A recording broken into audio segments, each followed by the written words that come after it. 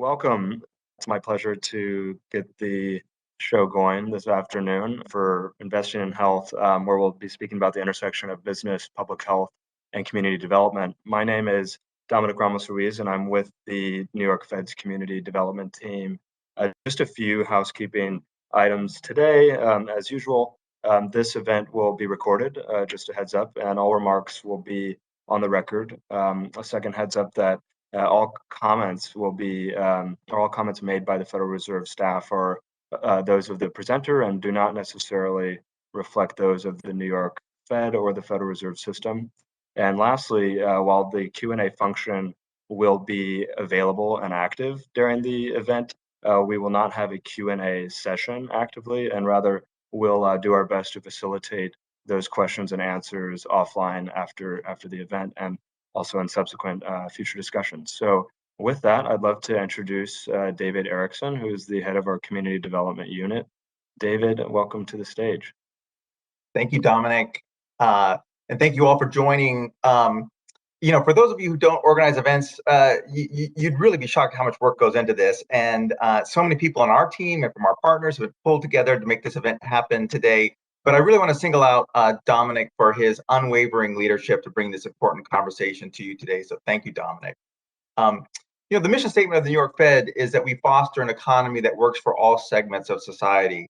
And as our president, John Williams, has said very clearly, you cannot have a prosperous economy without healthy people. That theme, by the way, will be the focus of John's April 5th fireside chat with Surgeon General Vivek Murthy. So stay tuned for that interesting conversation. Recognizing that health and wealth are linked, and the community development team that I lead here at the New York Fed is committed to finding ways to bring new approaches and business models that find new ideas, new partners, new sources of capital to create breakthrough solutions to create more opportunity, economic opportunity, and better health for everyone. In that vein, we've tried to create some big tent conversations that bring together hospitals, banks, community groups, employers, community development, financial institutions, policymakers, and others to think differently of how we can move upstream to improve the determinants of health through interventions including affordable housing, job training, asset building, and pay for success strategies to improve maternal and child health outcomes, reduce the prevalence of asthma in children. So please check our website to see some of these past and ongoing efforts. Today's focus, as Dominic mentioned, is on how government, nonprofits, and the private sector all have a role to play to create better health outcomes. And we're really fortunate to have the city's Department of Health and Mental Hygiene as our partner in today's event. New Yorkers should feel great pride in the fact that they have one of the most creative, capable, and innovative health departments in the country.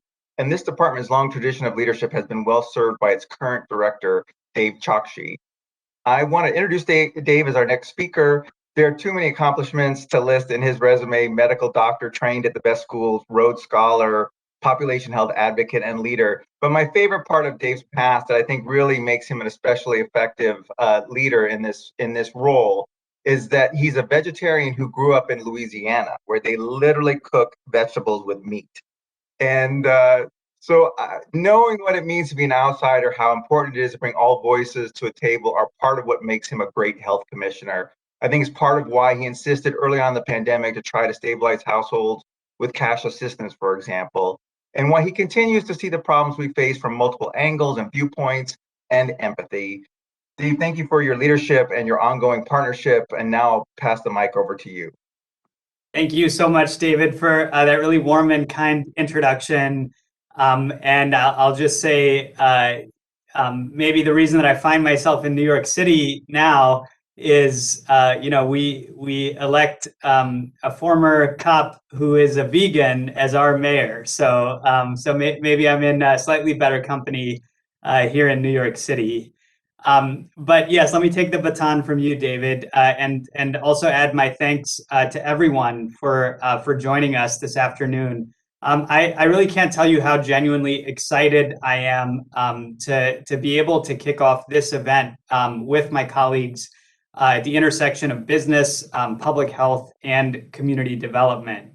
The concept for today's discussions really grew out of this innovative collaboration between the health department and the Federal Reserve Bank of New York. And when we started having our initial conversations, it was clear that we wanted a partnership that was geared toward promoting public and private investments to link those with the linked outcomes of health and equity. And I know that, that we're going to dig into each of those components during this session. But first, let me just say I'm particularly grateful to my colleague David Erickson for all of the ways in which you've embraced and advanced this collaboration. So briefly, by way of introduction, let me just say, here we are in another wave, yet another wave of COVID-19 disrupting our economy, testing our public health system, and threatening the health of vulnerable New Yorkers. And particularly for everyone who's been involved in COVID response for the past 2 years, let me say it is exhausting, yes, but it also lends urgency to these types of partnerships and today's important discussion. So allow me to try to distill out a starting point for the discussion. Here it is. There is no economic recovery without investment in public health. There's no economic recovery without investment in public health. The relationship between the economy and public health is already well established, as this audience well knows. Low-income people experience higher rates of chronic disease, and economic downturns often coincide with worsening health, particularly for communities of color. The current pandemic, unfortunately, is no exception, and as we know, in many ways has magnified this. COVID-19 not only disproportionately infected and killed Black, Latino, and low-income workers, but also widened existing gaps in wealth and economic mobility. Yet, as deeply tragic as the pandemic has been, it has also given us a renewed chance to challenge the false dichotomy of economic growth versus public health, and to think differently about advancing policies that move both forward together.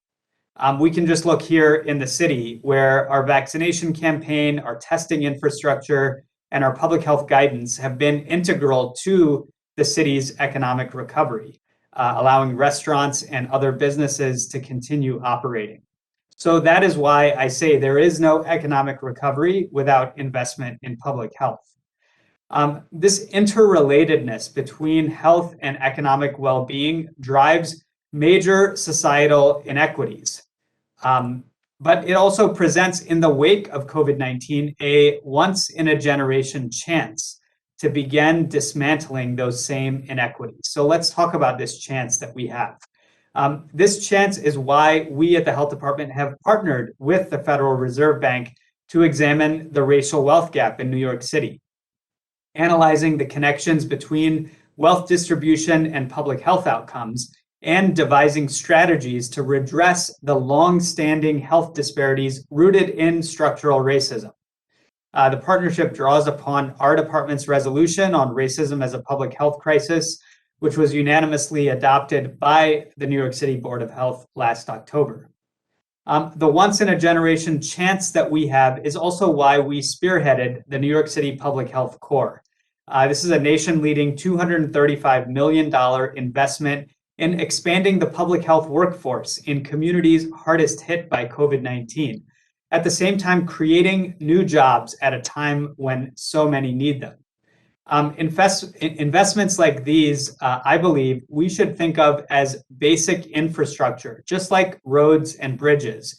And they are what's needed to help us move from response to recovery and ultimately to resilience. And the chance that we have is why we're eager to partner with other public agencies and private sector leaders to push for coordinated, longer-term investments that safeguard public health, advance social justice, and improve economic mobility. But let me be very clear. When I say that there's no economic recovery without investment in health, I'm not making a claim merely of cause and effect, because it works in the other way too. There is no health without economic recovery. I've seen this firsthand with my own primary care patients at Bellevue Hospital, restaurant workers, house cleaners, taxi drivers, for whom unemployment and inflation are not economic abstractions, but rather the vital factors that shape whether they can afford medicine or buy nutritious food. So as a doctor, I'm all too familiar with the vicious cycles of inequity leading to illness, leading to further inequity. But as New York City's health commissioner, I take heart from this singular opportunity that we have, particularly as we emerge from the pandemic, to try to transform those vicious cycles into virtuous cycles. Our starting point should be, and I hope it will become a mantra, that there is no economic recovery without investment in public health. So today, I'm so pleased to join you in a cross-sector commitment to invest in health and to capitalize on this historic moment to build a more prosperous and a healthier future for all New Yorkers. Our goal is that today's event is just one convening of what we hope will become a years-long partnership between the public and the private sectors, because ultimately it recognizes that our success is mutually dependent. We can really ask for no better guide in that pursuit than our moderator for the rest of this session, Dr. Zinzi Bailey. Dr. Bailey is a social epidemiologist and assistant professor at the University of Miami, a public health expert, and a leader in health equity. Dr. Bailey has studied public health and health equity in several settings, including at the CDC and the Harvard School of Public Health. But, and I'm a little biased here, I admit, the most important part of her bio, if you'll excuse me, is that she is a proud alumna of the New York City Health Department, where she served as the Director of Research and Evaluation at our Center for Health Equity. We're really lucky to have you here with us today, Zinzi. So please, everyone, join me in welcoming Dr. Zinzi Bailey. Over to you. Thank you so much. Thank you so much, Commissioner. And so I have the great honor of moderating these sets of discussions that we will be having, focused on private sector, but thinking about community development and how we've been changed by this COVID-19 pandemic, and moving forward, and what we might be, incubating, and different ideas that we might be holding on to, but not necessarily sharing. So I'm going to start and not take up too much time, but start with our first discussion. And so we're focused on social responsibility and public health in the age of COVID-19. And I have three great panelists. First, Valerie White, who's an executive director of LISC NYC, leading a team in developing a vision and advancing strategic policies and programs to foster equity and inclusion in disinvested communities. Welcome. We have Catherine Wilde, who is president and CEO of a nonprofit Partnership for New York City, the city's leading business organization, whose mission is to work with government, labor, and the civic sector to build a stronger New York. Focuses on education, infrastructure, and the economy. And we also have Emma Sui, who's an associate director of community health and social sciences, working to elucidate the lived experience of marginalized workers, namely institutional food workers and home care aides, towards the end of learning lessons to maximize public health. And so to get us started, I would like to ask you all about, thinking about social responsibility. What does social responsibility mean in the age of COVID-19? Has COVID-19 fundamentally changed how private firms view the role they play in public health? And maybe we can start either with Catherine first. Sure. COVID-19 has changed everything. I think we all recognize that. But particularly for business, it brought the challenge for many of our businesses to switch to remote work very successfully, accelerated our transition from a service economy to a digital economy, which has huge ramifications, brings lots of resources toward public health using technology for wellness and for more broadly based healthcare, but it also brings lots of challenges since there are huge disparities in access to technology in our society. So it's a mixed blessing, and we see that, of course, in the workplace. where the essential workers, the folks who have to be in the workplace providing direct services, tend to be Black and brown and lower wage workers. And the professional working class has been able to work comfortably in front of their computers from home. So there are lots of ways in which the COVID has awakened us to greater disparities. From employer standpoints, they have really struggled because many of our largest employers have a very mixed workforce. They've got the professional bankers in the office who can work who aren't in the office, who can work remotely and who are mostly vaccinated. And then they've got the folks in their retail branches. And I know one big bank that's had to close 37 retail branches because they couldn't get their workforce vaccinated and be able to comply and be in there. So employers have taken on a responsibility that involves health, but all the social and economic issues associated with this. They've done a good job of supplying, at the beginning, I got calls for the corporations. They all had disaster plans and stockpiles of masks and ventilators and the things that you need in a disaster, because that's part of their compliance responsibilities. The hospitals didn't have them. And so we were sending millions of masks out of warehouses all over the world to try and support that effort, just as an example. More recently, obviously, during the COVID, there's been a tremendous investment in improving the ventilation in buildings, in putting up new plexiglass partitions, in implementing all the policies that we know are necessary to try and prevent the spread of the disease. Lately, that seemed almost impossible, but there's effort is underway. Now, I'm describing the work and the investment and providing testing, vaccinations on site, et cetera. This is what big business has done, but they only employ about half the people in New York City, businesses with over 500 people. Small businesses are where the real struggle has been and where we've got a long ways to go in terms of education and support for those small businesses. I got a call this week. The restaurants, they have people tested, but they know they have people vaccinated, but they know there's breakthrough infections. They don't, every time their staff comes into a shift, they want to be able to test them and make sure they're not spreading disease.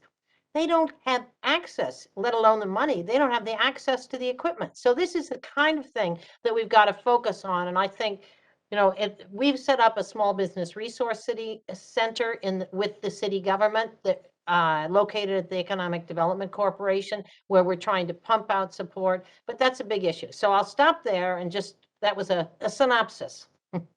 Thank you so much. And Valerie, do you see that same kind of change from your perspective from LISC, New York City? Thank you, Dr. Bailey, and thank you for having me. There has been a change in the way that we are all operating and moving about the world, but I would echo the comments that were made earlier, that it is much more of an exacerbated negative impact to communities of color, to small businesses located in marginalized, disinvested communities. Some of the things that Kathy was describing, rightfully so, actually are happening in areas that are more invested or more of the economic engine, at least externally, to New York City. But when you talk about the communities, the small communities that make up New York City, the businesses that are located in those commercial quarters, who also employ a great deal of individuals in their neighborhoods that are generally neighborhoods made up of cultural connectivity, those areas continue to suffer. Small businesses are continuing to go out of business at an exorbitant rate. So we have seen a significant change because of COVID. We have seen somewhat of an awakening from corporate America. I would almost gamble to say because it's affected them a little bit more than some of the changes that we see. So it is my hope that these programs and initiatives and investment, right, to address systemic inequity, systemic racism, is not just something that's happening until it's no longer something that's an inconvenience to society, but that we are, as was said earlier by the commissioner, this is a once in a generation opportunity to right those systemic equities, to start to look at removing those racial barriers. And the discussion just needs to continue, of course, in business, in access to health, access to education. And LISP, we stand our platform in everything we do on racial and economic equity, whether it's moving towards sustainable wealth generation through workforce development so that people can afford to have health care, or its ownership that can pass down to generations and support the local communities where businesses are, or it's home ownership where folks have a better, more safe and environment where they're not, subject to conditions that exacerbate, health conditions. So we want to be sure that we make these significant changes now that we have the opportunity and there is attention to it, and that society doesn't just fall back into the regular complacency of systemic and racial inequity. So we have a real opportunity to make a change and make a structural change. So it seems like, very much so that, from the private sector to the public sector, there's an opportunity to fundamentally change how we're thinking about public health.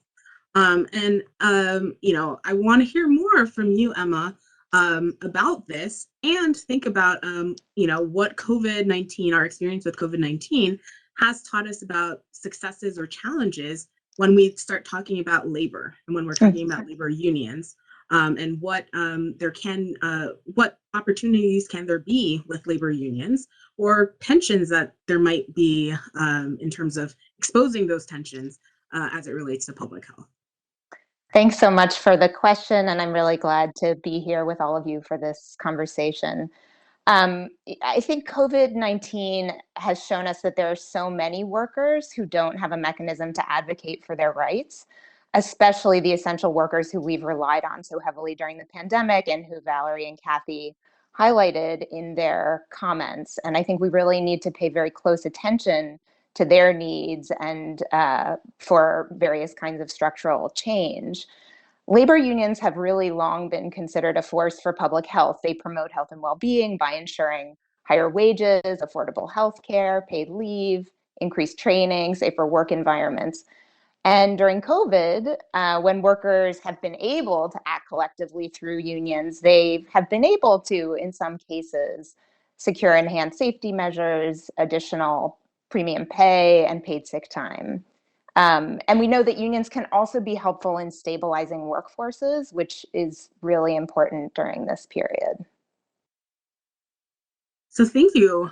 So I think that there is a new way that we're engaging with labor, and we're considering labor in a way that we haven't in many decades, I would say. One thing that I would like to ask each of you is whether there's any good examples that we have started to see of public-private partnerships that have emerged during this pandemic, and kind of partnerships or solutions, innovations that we might not have seen had this pandemic not occurred. And what can we learn? What can we learn? I will start with Valerie this time. Yes, thank you. So at LIST, we've had the opportunity to engage in a number of public-private partnerships and continue to work to message and to shop this to corporations to support some of the work that we're doing for community development as it relates to the social determinants of health.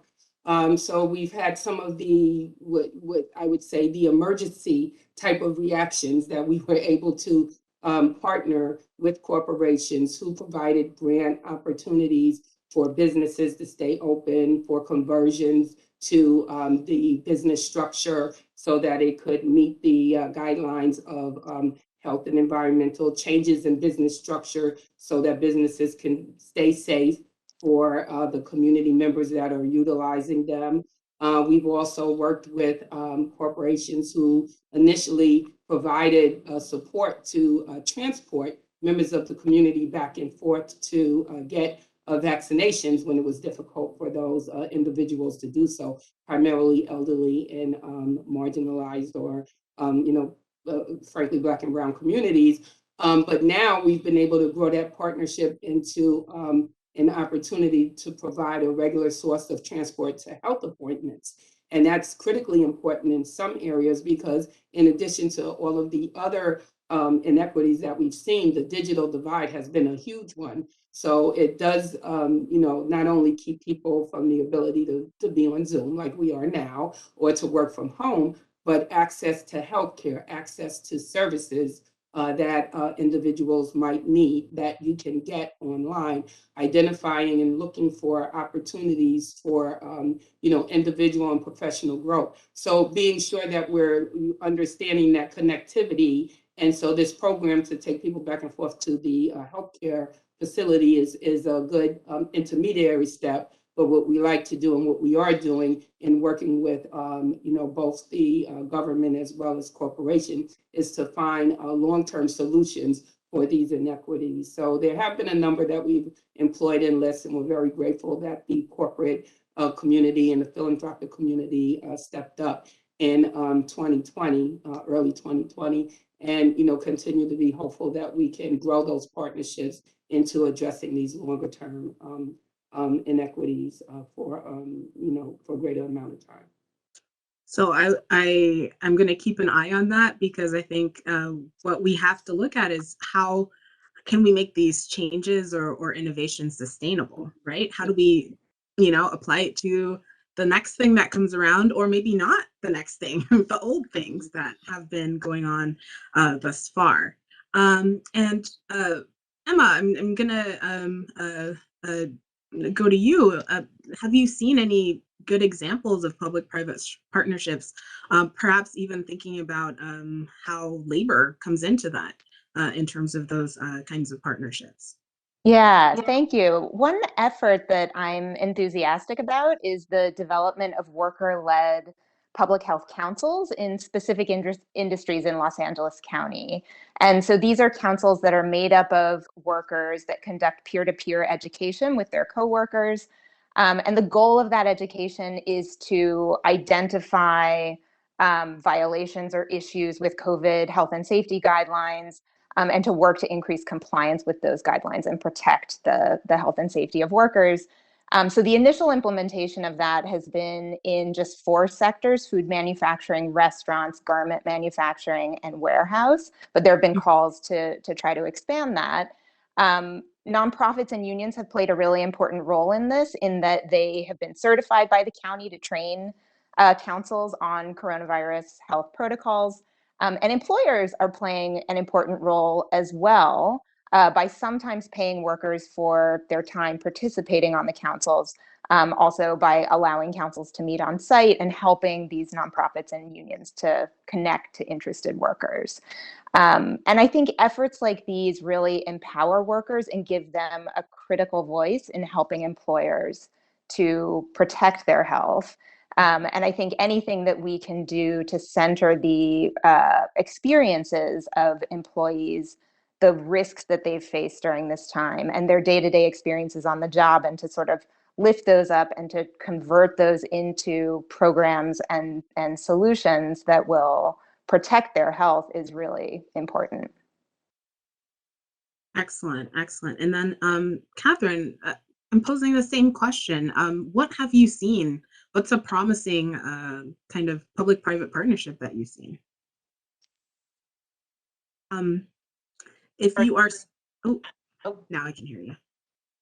I'm very parochial on this. I think we've seen in New York City a real resurgence of community engagement. And by community, I mean our local communities as well as our larger business community, our community in organized labor. We have really come together, whether it was getting food to the hospital workers who were working triple shifts, or to the families whose school lunch programs were over, whether and the food area was one that emerged as a huge problem during the crisis.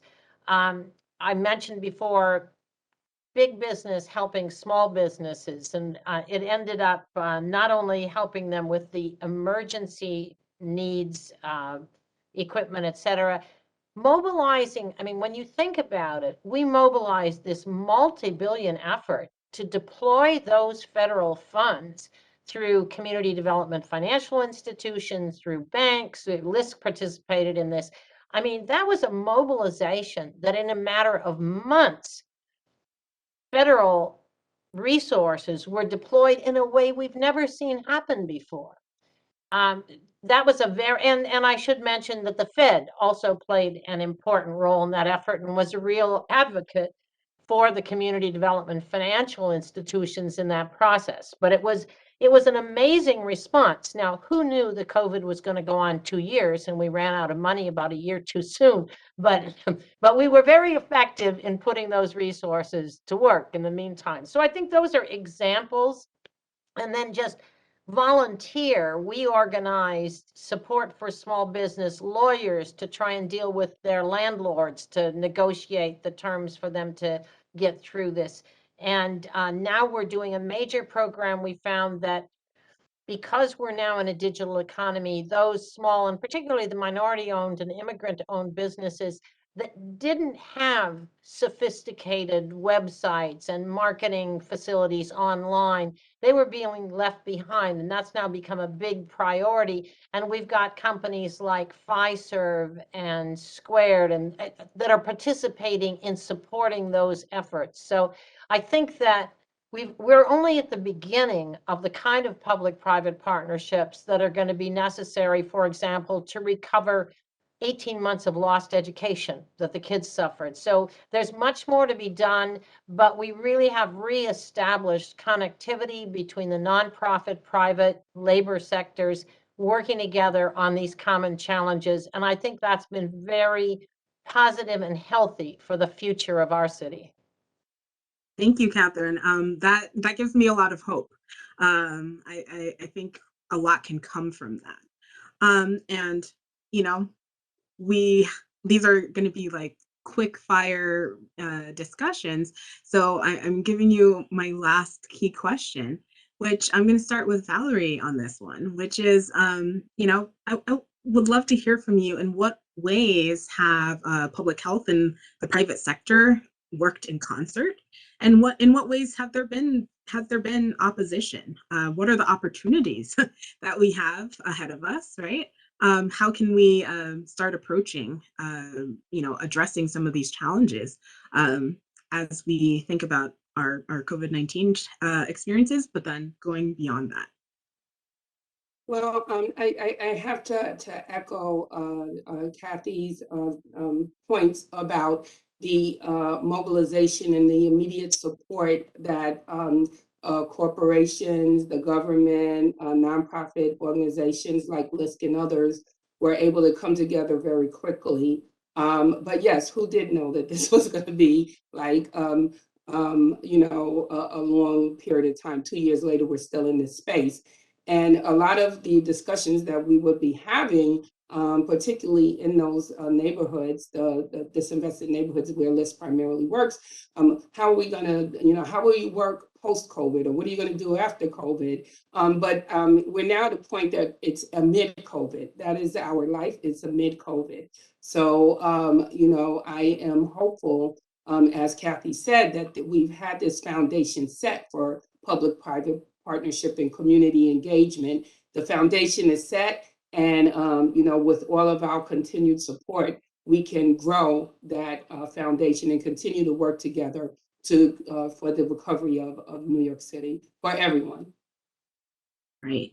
And if in our last few seconds, is there something that Emma you'd want to contribute, and then Catherine? Yeah, I would just like to kind of highlight, I think the area that we really need to work in together across the public and private sector is thinking seriously about work as a social determinant of health and what kinds of policies and employer practices and innovations this demands. And when I say work as a social determinant of health, I mean not just being employed, which I think is how many people in public health have thought about that for a while, but really centering the workplace and working conditions as social determinants of health. And I think we need to take really urgent action on this understanding. I reflect on the recent Supreme Court case that blocked OSHA from requiring large employers to make sure that their workers are either vaccinated or masked and tested.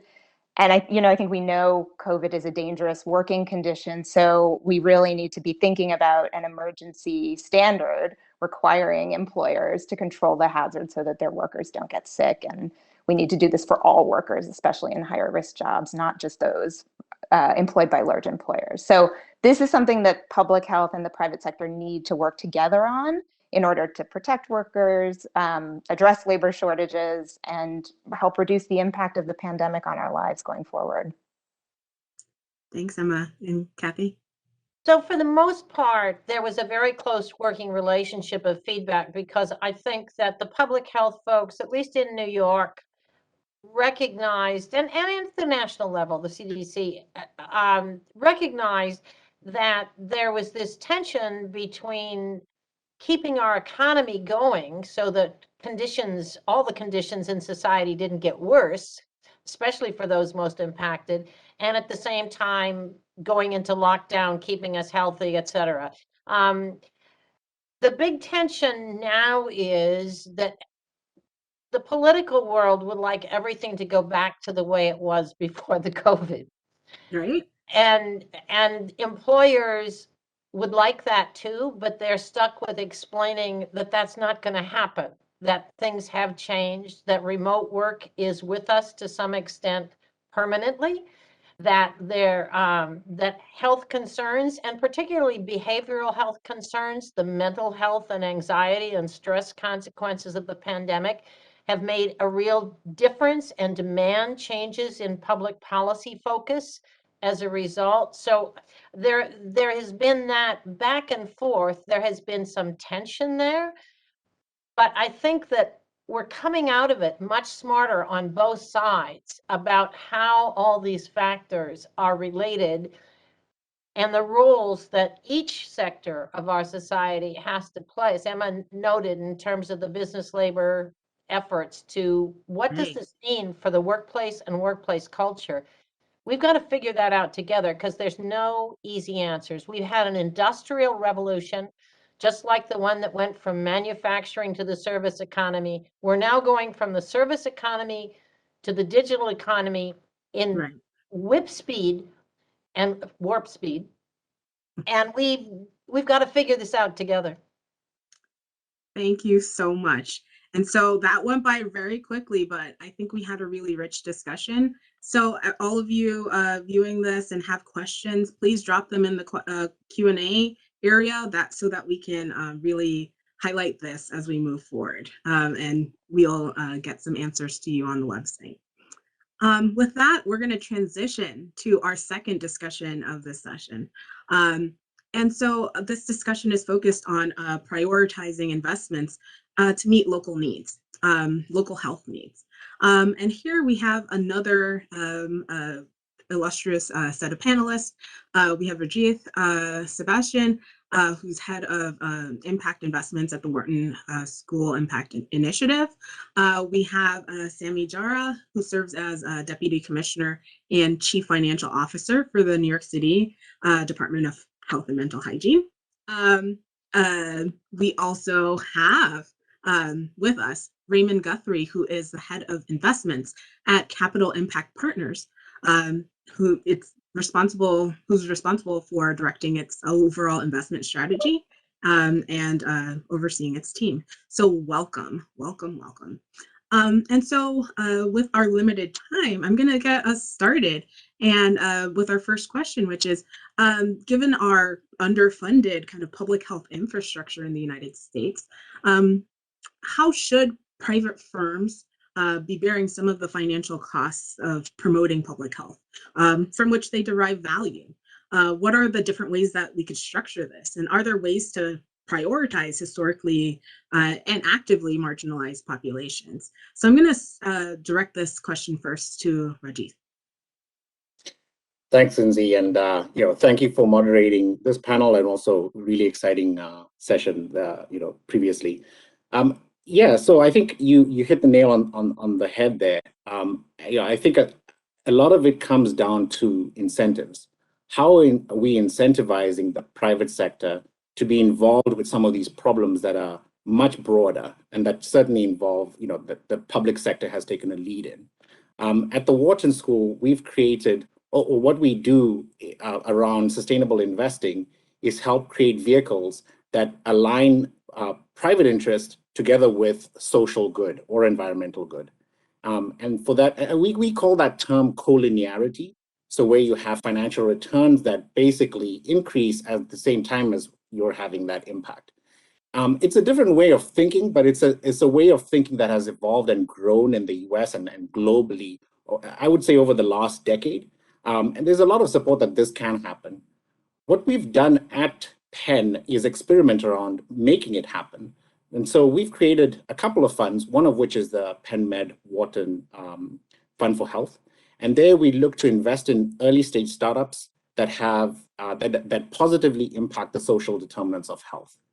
And we've talked a little bit about the social determinants earlier, so I won't go into that. But the types of investments we've made are investing in a company that reduces absenteeism in public schools, a company that better connects public defenders to people just entering the criminal justice system, so that we can reduce technical infringements that get them back into prison for really simple things that they shouldn't be going back for.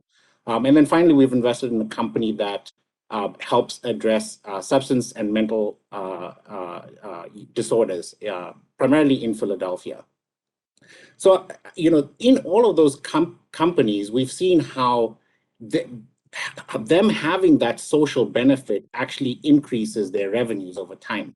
And that's the way of thinking that once we announced this fund, for example, we had some of the top healthcare companies in the US come to us and say, how can we do this? And that's a discussion that we'd like to encourage. So I would say that's one thing. And, Dr. Chokshi mentioned how, the infrastructure relatedness to this. As you think about healthcare, you could think about health for underserved communities as how we build roads and bridges. And that brings about the importance of public-private partnerships. And, with that, we've seen ways in which the private sector can take on risk, but at a certain point, they can't go beyond that risk. And there's an opportunity for the public sector to come in to reduce that risk so that both their incentives are met. And, we can talk about that a little bit later. Okay. And so, thinking about the public sector, Sammy, I would love to hear your thoughts on this. Thanks, Dr. Bailey. In 2020, the US spent $3.6 trillion on health. Sometimes I like to describe a trillion as 1,000 billions because it's so big, it's hard to understand. So the US spent $3,600 billion on health. The US will spend $10 billion on health services today alone. And 3% of that is directed towards public health and prevention. So, what does that really mean in reality? I think what it means is we're willing to pay more for treatment than prevention. In my mind, this is an example of the tragedy of the commons, right?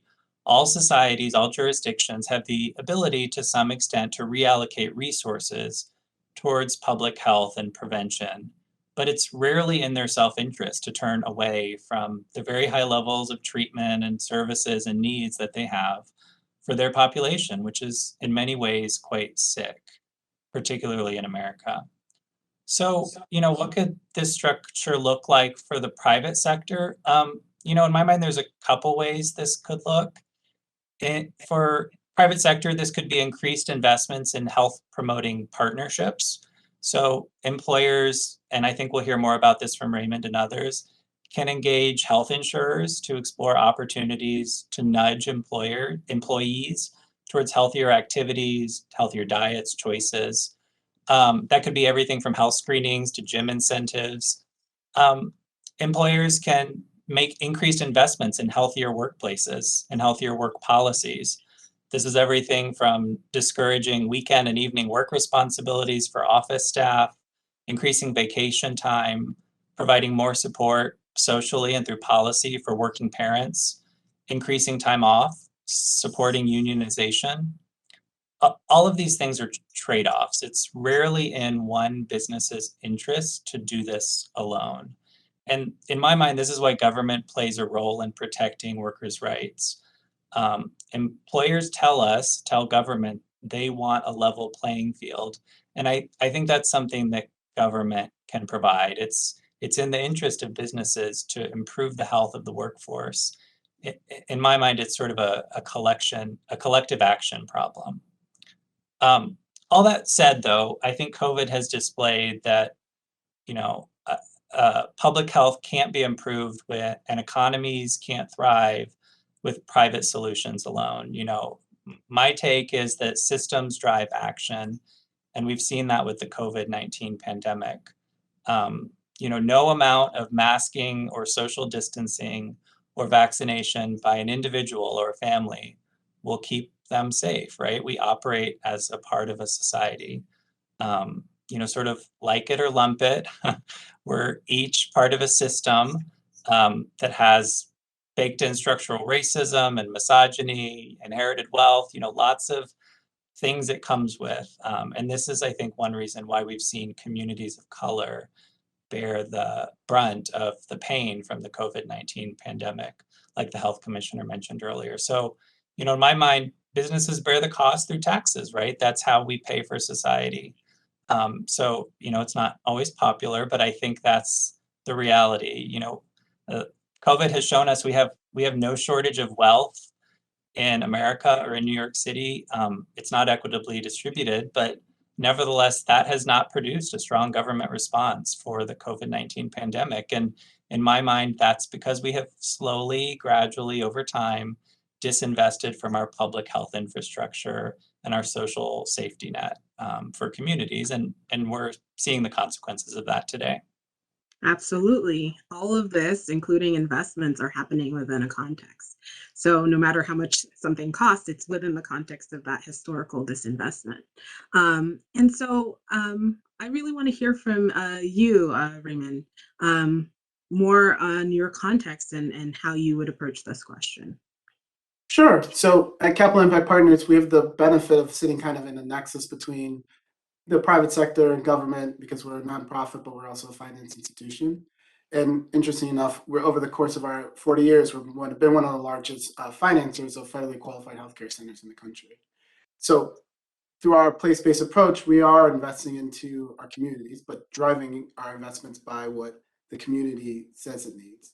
So I think one of the areas that the financer like us can be beneficial in this discussion is providing the resources and the empowerment or access that the community needs. Meaning traditional investors or traditional finance groups may not be financing or are supporting entrepreneurs or organizations from the communities that are most impacted by the challenges that have been discussed.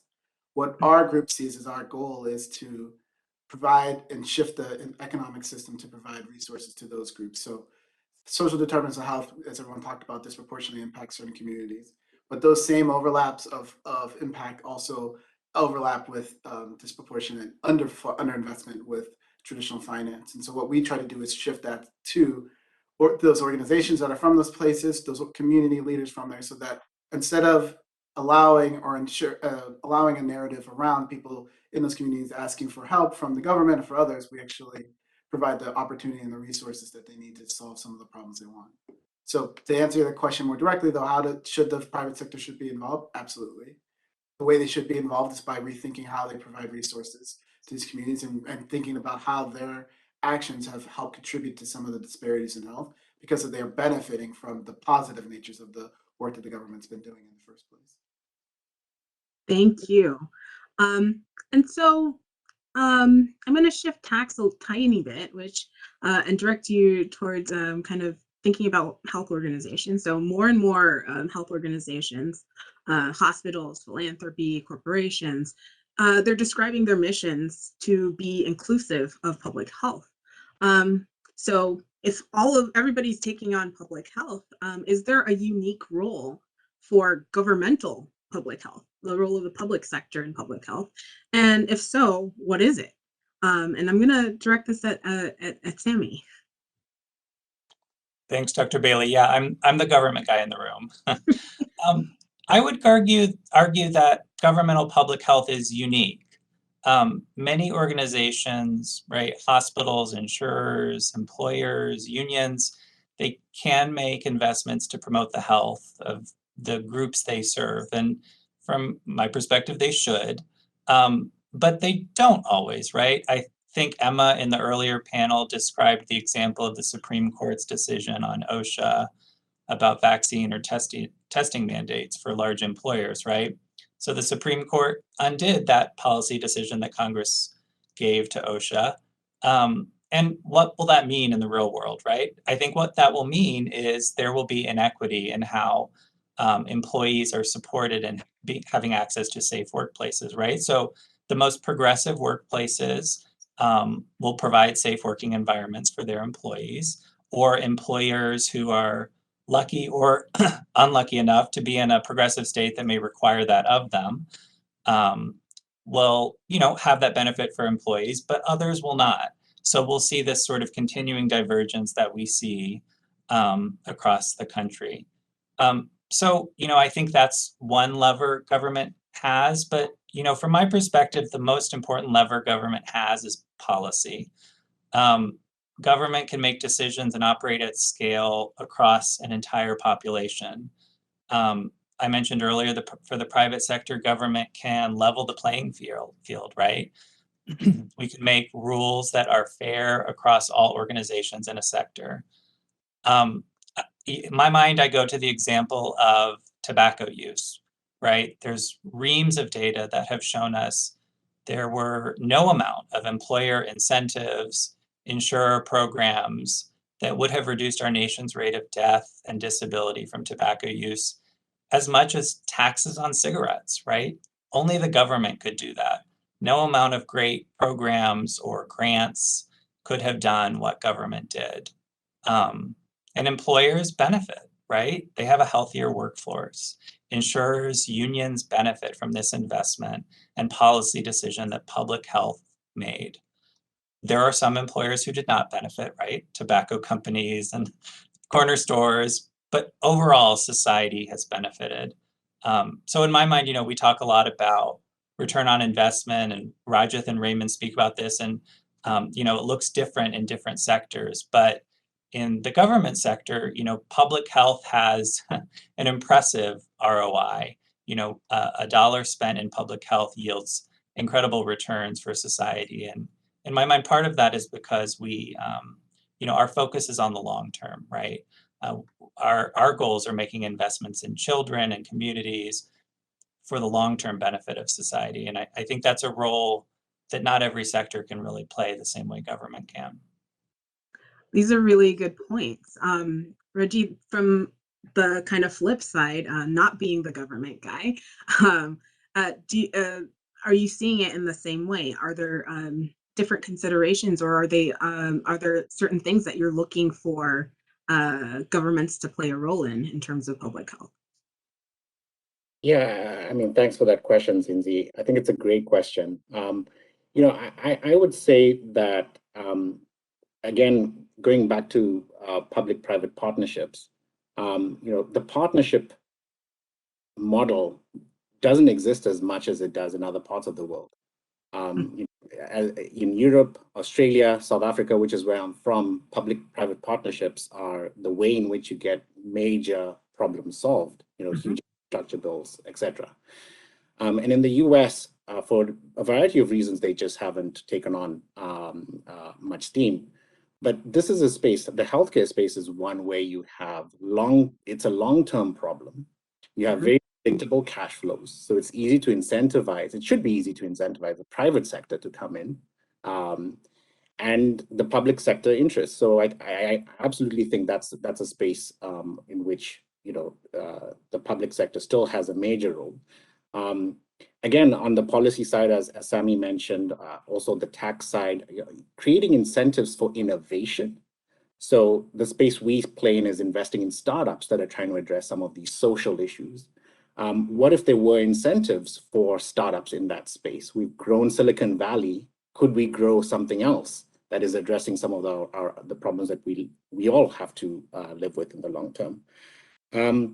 And then as a convener, sessions like this, this is great. I think it needs the public sector to take leadership and convene and bring us all together to have these discussions. Thank you. And so when we're thinking about health, how do we go from that and think about this kind of partnership and think about prioritizing certain health outcomes? So how do you prioritize which health outcomes you want to invest in improving, right? Why would we invest in COVID versus, lung cancer or something else, right? And what kind of data or information would you use to analyze and come up with those kinds of decisions? And I'm gonna pitch this to Raymond. Oh, thanks. It's a very interesting question. I think it actually builds off the last question around where does government play? And so at the forefront of that question is information and guidance. So when you're making investments, I think if you're going to be an intellectually honest investor and try to claim outcomes of improving community health and community outcomes, you have to be intellectually honest about what you're investing in and the connection between that to the long-term outcome. That's a great place where government can play. Governments have a lot of information on long-term outcomes, long-term studies. People that from the NIH to the like have been studying cause and effect around social determinants and building up a great network of research and people like yourself.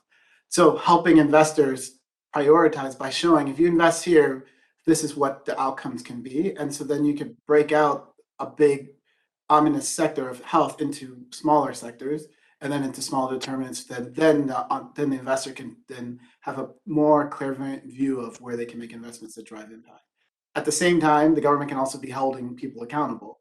So lots of investors get incentives to make investments in communities or certain areas and then claim to be doing X, Y, Z.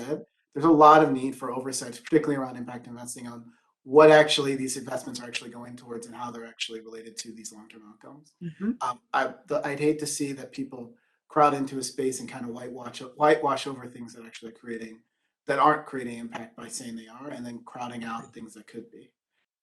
The last thing I would say is for our group, we prioritize community health, but community health driven by the community in the hands of community for the benefit of the community, so that you're not incentivizing organizations that essentially come in and save parts of our country, but instead incentivizing and building up communities within so that it becomes sustainable. So from our aspect, intellectually honest investments that drive real measurable outcomes that are driven by evidence and research, investments that are driven to and within the community, and 3, investments that can be held accountable through a separate party to show that we're actually creating investments or impact. That's kind of how we would view it. But I'm an investor, and so I have a hard view on it, and I hope others would follow our stake in that place. But I see that there's a balance of thinking about data, what information we have available to us, that partnership and sharing that kind of data, but then also thinking about communities and what they value, right? So being able to lift that up and make sure that that is reflected so that we're not just reproducing colonialism, right? Colonial relationships, right? Or even building off of philanthropy and repeating some of the mistakes philanthropy has. There's a lot of evidence that shows that philanthropy throws lots of healthy foods at people that aren't culturally relevant.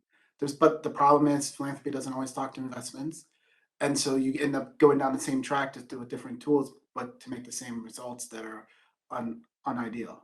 And so center groups that actually can measure and tell what can be done effectively are the ones that can help drive the new resources to drive better outcomes. Absolutely. And Rajiv, I'd love to hear, kind of your answer to this question. How do you prioritize? Are you taking communities into account? How does that play a role in the investment? Yeah, we absolutely have to take communities that we're looking to impact into account. In fact, even when we're looking at the problem, what outcome should we be looking for? Do those communities actually have a seat at the table? Or is it us in our ivory towers that is deciding this is what we're going to be measuring? And so that's where we start, working with our communities to think through what would be impactful in your community, and then using that in our impact measurement metrics for both outputs and outcomes. I mean, as you know, at the University of Pennsylvania and at the Wharton School, data is our bread and butter. So we have to be very, very data and research centric. That said, in this space, it's very easy, or it's relatively easy to manipulate data to then, almost backsolve that this is the outcome that you want, and then find the right data to back up what you want to do. And so that we think will lead to a lot of impact washing in this space, or has already led to that. And that's something that we obviously frown upon, and everybody, I guess, frowns upon. To avoid that, we highly recommend looking at evidence or really secondary research that proves or has already proven for, it could be decades old, that these types of interventions that might not be the exact intervention you're looking at, but similar interventions have a positive evidence-based impact on the populations that you're looking to serve. So yeah, I mean, that's kind of our framework of how we look at data and evidence to inform positive outcomes. Thank you. And I'm going to give the last word to our government guy, Sammy. Thanks, Dr. Bailey. I think the piece I would add is the racial justice frame. I think that's a sort of core fundamental belief of the New York City Health Department is, addressing historical and systemic racism and how it plays out in our society across systems. But I think, having the interventions that are funded, whether by government, philanthropy, investors, benefit all society, not just a subset or cherry picking, which is often a way to produce strong outcomes easier. So I think that's got to be core to these types of investments. Thank you so much. This was another fabulous panel. I think we got to a number of key points. And so I think that, we have a lot. I would love to continue talking for much longer. I am sure the people who are tuning in are also fascinated and have additional questions. Please pop that into the question and answer section so that we can continue this conversation even after this session is over. And that brings us to our final, so thank you guys. Thank you so much. And that brings us to our final discussion, where we are going to be focusing on measuring the social and financial returns of private investments in public health. And so we have one panelist. It's going to be an intimate fireside chat. I'm in Miami, so it's not with a fire. But we have William Burkhardt, who's co-founder and president of the Investment Integration Project, helping institutional investors get a big picture or systems level context for their portfolio level decisions. So it's a pleasure to have you. So thank you. Yeah. And so I'm going to start by asking about the system level investing, right? Let's start with the basics. What does this mean? What is it? How is it different from, what sustainable and impact investors have been doing, particularly in the context of health systems on the one hand, and then maybe public health on the other, right? Yeah, sure. No, great question. And honestly, it's not often that I get to join a conference where somebody else was already talking about systems, but because of the great range of stakeholders here, that's fun. So I think when you step back and you think about this kind of how is system level investment different from like sustainable or impact investment or even from conventional investors? And I remember, so we wrote a book last year that kind of lays this all out. And I remember David Erickson actually looking at it and he goes, what you need to do is like, very simple, eat this, not that, like show us the contrast. And so we're going to show you what to eat versus what not to eat. So for conventional investors, they often think of these environmental, social, governance factors that we're all concerned about. They think about them almost as these are problematic when it comes to long-term performance. It's not really our job. Our job is to make money. And then, maybe we become philanthropists later on and whatnot, but that it's not necessarily core to their focus. Sustainable investors, obviously, it's a different idea. They want to integrate these factors, and they want to do it because they know that a lot of these issues are growing in complexity and magnitude, and that they see these things as real drags on performance long term. And so that was where the heritage of sustainable investors say, like, I have this portfolio, or I'm investing in this company, and that we know that they could take these issues more seriously, and that there will be some positive outcome when it comes to performance. More recently, particularly with impact investors, it starts to emerge where it's, no, these are real opportunities. It's not just downside risk mitigation. This is real upside. If we can invest in these industries of the future, we're going to have more stable portfolios, so on and so forth. System level investors come on top of that and basically say, look, the magnitude of these issues that we're talking about nowadays. So if we think, just like 40, 50 years ago, one of the big catalysts for investors and really society thinking about these was something like the Buffalo Love Canal. And so this was like this canal in Buffalo, that this river, literally, it was so polluted, it wouldn't stop burning. That was the kind of stuff that was like filtering into the sustainable investor mindset quite a few years ago. But now we're talking about like melting global, polar ice caps. That's like a fundamentally different proposition. And when you think about, the pandemic didn't create income inequality, but it sure intensified it. And when you start to realize like how complex and how fast these issues are evolving and whatnot, that's where system level investors come in, and they basically say, this isn't just a decision about how we allocate assets. It's also about how we inform policy and how we create data infrastructure, so that things like human rights, which have not typically been on the map for investors to really make decisions around, we're going to now fill that data infrastructure so more investors can really start to address that, and so on and so forth. So it's really going above and beyond what investors have conventionally done for a long time to really start to that way of how do we create more fundamentally durable and resilient systems. And so that's really the system level investment mindset. That's where it's trying to get well beyond the portfolio. Okay, so I mean, I think you're really explaining it to me, but how do you measure the impact of this kind of investment?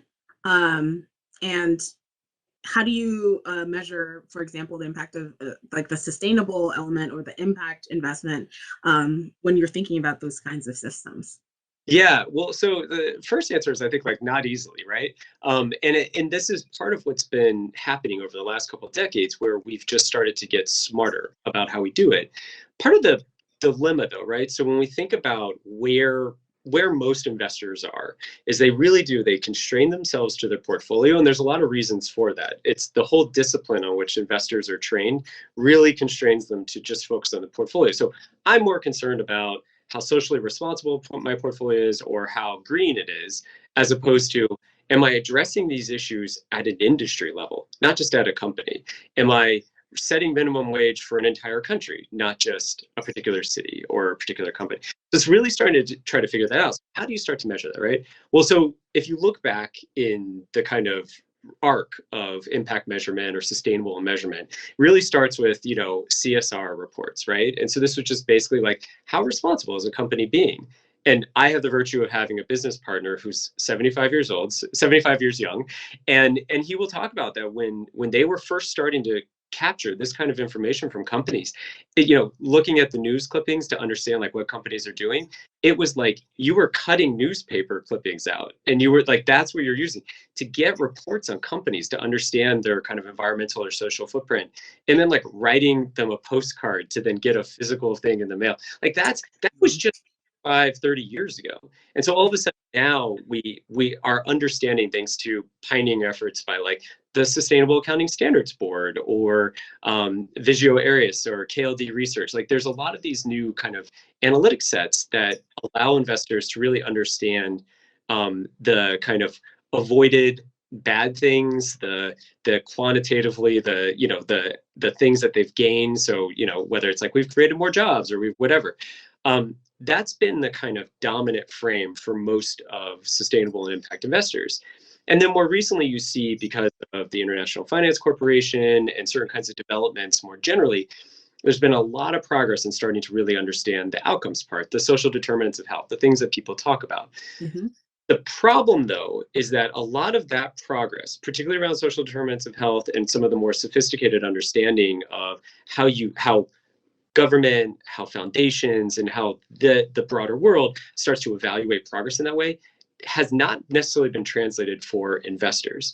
And so where we see that kind of divide is really saying, how do we go from where investors currently are, which is this kind of, it's an accounting standards exercise. It's really about just showing proof of what happened or what didn't happen. It's not necessarily saying, how do we drive our capital most effectively at the leverage points within a system that investors are uniquely positioned to influence. So that's where a lot of the new thinking, which we can unpack some more, but that's where that kind of opportunity is for investors to really embrace a lot of what's happening on your guys' end of the world to bring it into the investment community. Right. And so as you're thinking about this, I'm definitely very aware of the public-private components of this, right? So how does this, when you're thinking about measuring impact, how does it differ from measuring impact from investing in public infrastructure? Or how are you bringing policy into this? Like, I guess for me, I have questions about how you bring the systems levels, thinking or investing into, what's happening in the context. Yeah, so you've hit the head. So this is the thing, right? So much of how, when we think about investments in public infrastructure, particularly for it's a cost benefit analysis, and that was like one of the fundamentals that has guided a lot of that decision making, rightfully so, right? Limited public resources, you got to make the most of them.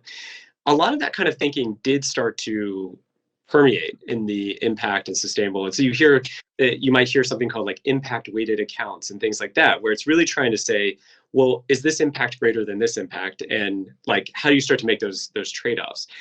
I think where that's a helpful input, but it misses the bigger point. And this is where I think all of us, right, on all these different levels, we can start to think about the best parts of all of these different approaches and how we start to knit them together into something better. We often talk about in our work around helping kind of investors understand there's essentially these like 3 layers to impact. And it's helpful because it is informed by government in many ways. So the first layer is what we've just been talking about. A lot of investors are kind of stuck on this. We're going to measure the impact of our portfolio or of our particular investment. And that gets reflected in a lot of these standards of like, if this input, then this output gets created. And maybe in some cases we can get to outcomes. So that was the first layer. The second layer really got into, now we're going to measure alignment with these big global goals. Oftentimes these global goals are identified by government. And so it's the United Nations Sustainable Development Goals. It's the Paris Accords. It's the whole movement around net zero, right? All of these things, we're going to measure our alignment against that. Okay, great. Except that what it's missing is to say, you're not necessarily understanding, you're understanding like we created jobs, which means that's aligned with SDG around, thriving. When in reality, it's not saying, but it's not addressing though, eradicating poverty. So how many people are actually still living below the poverty line? That's not getting reflected in those. And so with systems perspective, you're really trying to understand the influence part. So if you think we were measuring impact, then we got to measuring alignment. Now we're trying to measure influence, and we're trying to understand, even if you're the biggest investor in the world, or you're a central bank, or you're, the government pension fund of Japan, that's the biggest pension fund in the world, single-handedly can't solve these big systemic challenges. So what you're trying to understand is, one, as an investor, what do I actually have effective means to actually intervene in a system? Like, what are those, like investment capital can only do so many things. So where is it that I'm uniquely positioned to do something? Or what are the other windows that I operate through to really affect change? And then you're trying to understand, how influential were you with not only your window of activities, all of your things, but how effective were you at influencing the behavior of other investors? So that all of a sudden you're starting to have a critical mass of activity and action by not just yourself, but others, to start to drive change. And those others are other stakeholders too. It's not just investors, it is government. It's helping to inform policy so that you start to improve directionality in terms of how all investors operate. Or it's improving the ability to collaborate, share best practices, all that kind of stuff. That's the difference. And so you can see how on that value chain, everybody kind of has a role there. And so that's get some more, and we need to see more like these kinds of dialogues. We need to see more of it, because left on its own, it's still going to be treated as an accounting exercise, not as a real effective evaluation exercise. Absolutely. And then, whenever I'm thinking about evaluation or research in any kind of rigorous way, I'm thinking about what is the counterfactual, what is the comparison, right? I thought about this and I often said it within the context of, the work that I did at the health department. How is this investment of programming of whatever it may be, adding value over and above just giving those people that money, right? And from a corporate lens or from an investing lens, how is this, like if we're trying to incentivize private sector, to be more involved in public health and to drive kind of systems level investing, how is this impactful over and above, maybe not taking an incentive, right? And paying additional amounts to taxes, right? Like being able to invest directly into policy, into government, right? Yeah. So is there any way to kind of weigh that? I mean, I know that this is in its infancy, but No, really good question. So, I mean, what we're all tackling and talking about is this idea of how do we grapple with this idea of irreducible uncertainty. I mean, that's fundamentally what, and so it's not about risk mitigation. It's about how do you most effectively invest, or how do you most effectively support a society when there's the magnitude of uncertainties are just so great, and that's fundamentally what we're talking about. And so one of the things that we will lead with investors is to say, look, particularly for investors that have a long-term focus. So this tends to be the bigger institutional, the pension funds, the foundations, the endowments, go on down the line. They have that horizon. And so for them, the stability of their operating environment, the stability of climate, the stability of equality, the stability of water, it's all these things. They actually do become fundamental to that long-term thing. It's why, the NSA and CIA start writing reports about, water security and how destabilized be in certain regions. It's like things like that. So that's really important to keep in mind. That's the kind of messaging that is starting to penetrate a lot of these bigger institutional investors. And you see that get reflected, like in the UK, they push something called stewardship codes. And these really called attention to investors to say, you need to start considering these big systemic risks like climate change, because it's going to affect your ability to be successful down the road. I think the other data that we often will, when we're trying, because I mean, we have to convince investors to do this, right? And they're the most skeptical of the skeptical. And one of the things that we often point out is that when you think about the variation of returns investors can anticipate, it is 90% due to the performance of the overall economy, not individual stock picking. And so all of a sudden you start to think, well, if my performance, the variation of my performance that I can anticipate is due to all of these other factors, not just like, oh, is this a well-run company? That is when you start to see the behavior change and you start to see the kind of cultural mindset start to shift. And that's where you get all of this, the whole dissection that's happening right now around the limitations of, neoliberal thought and modern portfolio theory, all of these like things that underpin how the investment community thinks. That's forcing this rethink in a really profound way, to the point that if you guys, to the extent, I don't know how many folks on this thing, but Larry Fink, the head of BlackRock, he releases this letter every year where it always gets all this attention because it's BlackRock, it's 10 trillion, biggest manager in the world. And he always calls attention to these issues and whatever. And he just released the newest one, and it was like met with like a collective yawn. Like people were like, right, no, we get it. We know we need to change this operating environment. We know we need to get better at this. So now it's just this question of like, okay, how do we do this as a collective? And somebody else said that on the last panel, like it's about collective action. Like we've got to start incentivizing. And I think if we think harder, we can get there. And so overall, has the pandemic and other, key systemic issues, murder of George Floyd, civil unrest, other key fundamental issues, have they changed the ways that investors measure progress? And then, as we think about progress, with public investments, oftentimes the idea is that officials are held accountable to the public, not only through public forums, but through elections. How are sustainable or impact investors being held accountable? Is there a mechanism for this? Yeah, well, so yes to all this. So on the first point you raised, I think is a really smart one. So I think there are spheres of thought that are more and more getting organized to really start to bring in additional dimensions to how we think about, like, particularly in the face of the pandemic, but also the social justice angle, a lot of these other issues where, if you look at Lumen Capital, Darren Dodson's group, where they bring implicit bias into their entire decision making, right? That's huge.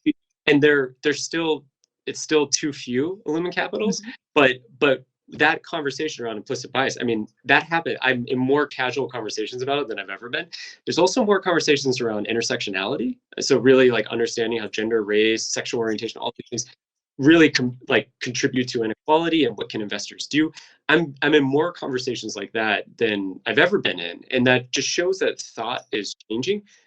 Is action changing with it? That's the thing. That's the thing that's slower to catch up. And then you asked a really good second question. What was your second part of that question? So thinking about accountability. So okay, so if you remember that question. Yeah. So I think it'll come in two ways for investors generally. One is the voice of the asset owner. So the voice of the shareholder is, it needs to become much more active. It needs to become much more pronounced, and it needs to become much more coordinated. All of those things by and by are starting to happen with more frequency. You're starting to see more even in the like proxy voting and shareholder engagement, like a democratization of it, so that even small scale investors can actually start to contribute as opposed to just the big institutional investors and have a voice. And so all of a sudden you're starting to see more worker voice starting to come into this, not just as unions, but as actual That's huge. And the more that we can start to see that, that's going to be really important. So it's really asset owners starting to recognize, like, you own these things. So show up and know what you own. So like that's fundamental. The other layer to it is the role of policy.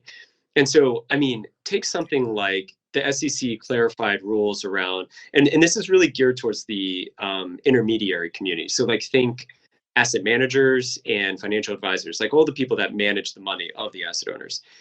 And this is where policy comes in, because it's something as simple as, like, in Europe now, there's new standards where they're basically like, if you're an investor, if you're an asset manager, like you have to account for your environmental social governance, your impact, regardless of whether you hold yourself out there as a sustainable or impact investor. Right.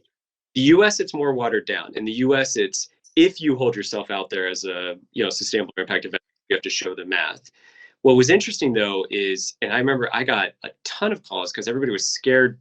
Well, they were very scared when it came through, but the SEC clarified some guidelines around financial advisors. And same thing, like, you've got to show your math now. You've got to actually prove it if you're saying you're out there advising on this. That leverage that policy uniquely has, I think if you see that really being met with asset owners that are actually waking up and really pushing, I think then you start to see the exact kind of accountability that you would hope would be there. So easy stuff. We could just accomplish very easy to hold people accountable, right?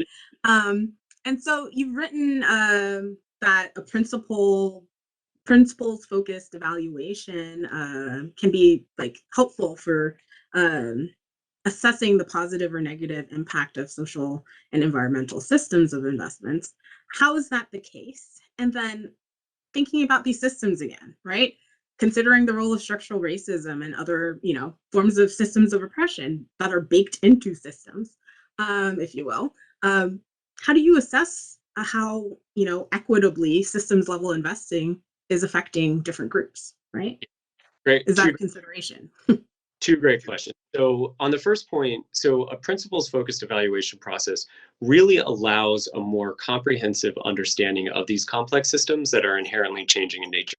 So it takes it from this kind of like one and done, I check these boxes, I'm achieving progress, to I'm evaluating not only the progress that needs to be made, but my unique ability to influence that progress.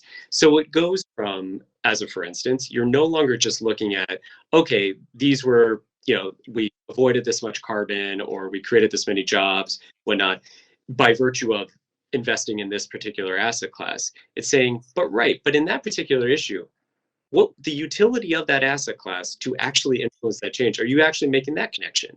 Are you really understanding the quality of those jobs created and the unique challenge that the system has, like making those connections?